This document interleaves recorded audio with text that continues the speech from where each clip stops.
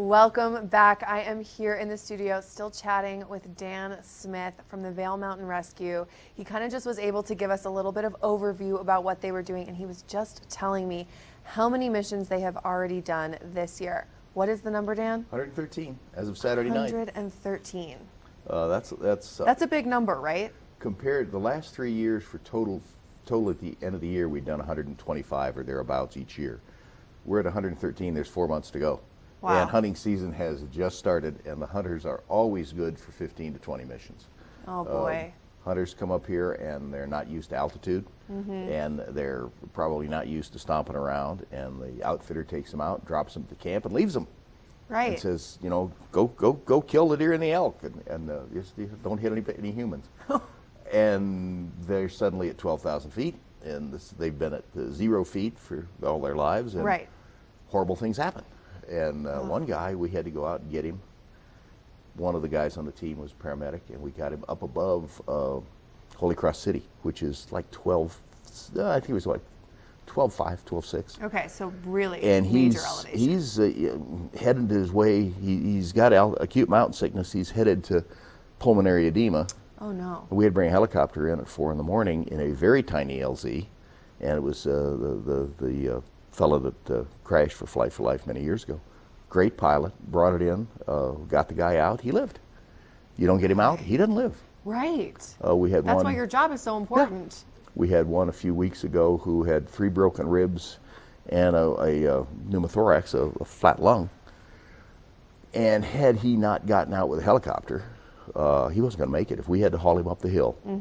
But we also get people, this is a good story, we get people that think 10 minutes after they phone 911 there's a helicopter over their head. Right. Doesn't work that way. No, I don't keep How them. long does it I lost my typically helicopter. It's take? inside my coat. If it is a serious medical and Flight for Life, and they're available, because there's one helicopter sitting over in Summit.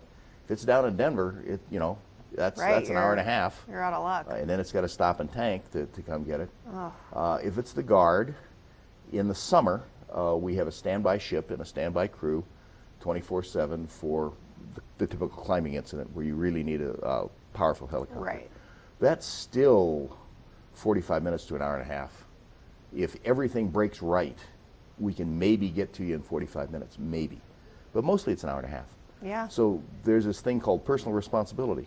You got to take care of yourself. You and your partner, and hope you've got a partner. Don't be doing this stuff alone. You have to be smart so that you guys don't have to get called in. Well, and we're happy to get called in. We're happy to come see you. But there's some things you can do to be in better shape when we get to you, and one is don't do anything alone. Yes, There's nothing in this valley that's not more fun with 2 people. It's just it's just totally. The way of it. It's so easy. So that's such an easy one. With the Guard, we can get there pretty quick. There's no charge when we fly the Guard. If we have to fly Flight for Life, and they have a ton of medical equipment and a paramedic and a flight nurse in the back, it's not gonna be cheap, but that's between you and your health insurance. Right. It's also between you and getting dead, because we're not going to call Flight for Life unless there's a very serious danger to you. We'll call the Guard primarily if we need it to get to you. We also can hoist you up on a cable.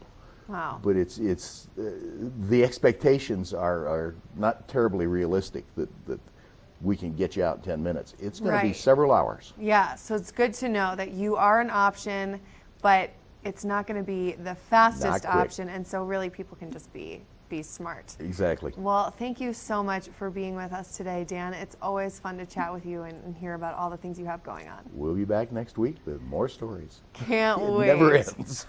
You don't have to invent this stuff. It just happens. No, you don't. All right. Well, thank you so much. Coming up, we are going to check in with Eric, who is on an epic morning adventure up in Beaver Creek. So let's see what he's up to.